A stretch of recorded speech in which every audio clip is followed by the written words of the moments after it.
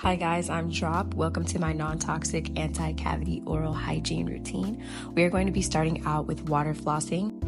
I like to start out with water flossing because it will loosen up all the stuff in my mouth before I go in with brushing.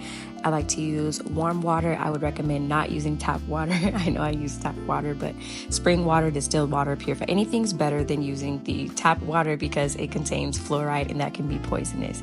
I'm going to be adding some sea salt to the water, and it's best to use the most organic source that you can find. I'm going to be using my regular floss spout because I like the consistency and thickness of the irrigation that comes out of this head. Now I'm giving my water a quick stir, and I'm going to let the excess water from probably the last time I used the flosser exit the spout before I begin flossing inside of my mouth. This is my go-to method because the water flosser is able to clean underneath my gum line and in between my teeth, as well as like upward, and I can utilize every angle of flossing with this water pick rather than how you kind of have the up and down circular motions with traditional flossing. If you're dealing with a cavity that is just super uncomfortable, I would really suggest investing in a water flosser because the cleaning capabilities are so much superior to traditional flossing. Next, I am brushing with this bamboo toothbrush from Vivago. My sister actually showed me this. She got it from Amazon and she let me borrow one. I'm using my homemade Irish sea moss gel to brush tonight, and this is a step that I skip in the morning, but I like to use it at nighttime before I go to sleep because sea moss contains a whole lot of minerals that are necessary for remineralization. And I talked about that a lot on my cavity episode in my Wellness Trials playlist, so go and check that out to learn more about my cavities and what I'm doing to heal them and how you can heal them at home. Irish sea moss is also high in iodine, and that's essential to killing strep mutans, which is the microorganism that is creating the cavities in your mouth.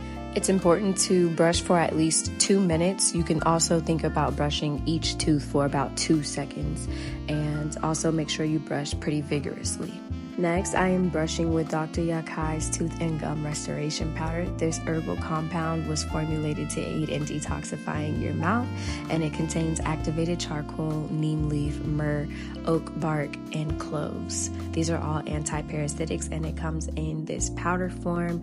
You can use this powder to clean your entire mouth. It is a little bit bitter, so beware when you're brushing your tongue. I like to add a little bit of this to the rest of the sea moss that was left over, and I mix it up until it becomes this thick, pasty consistency, just like this, and then I brush again. You want to be mindful not to dip your toothbrush into the jars when you're using your sea moss or if you are using the powder, because it can preserve the microorganism that is creating the infection. The cloves in this powder actually gives a nice numbing sensation to your entire mouth, so I like to focus especially in the areas where I know I have pain.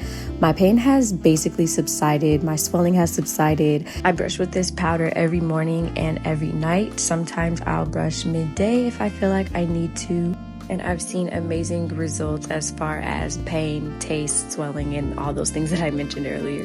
I use my water pick to rinse my mouth one last good time, and now I'm going to make sure it's clean and dry before I go to sleep. So to recap, every morning I brush with the powder, every night I brush with sea moss and the powder, and I also use my water pick. After every meal, I'm chewing my Xyla Chew gum, and this has a molecule in it that kills the cavities because it is not able to utilize this sugar molecule. So I'm going to go to bed. Thank you for watching. I hope this was helpful.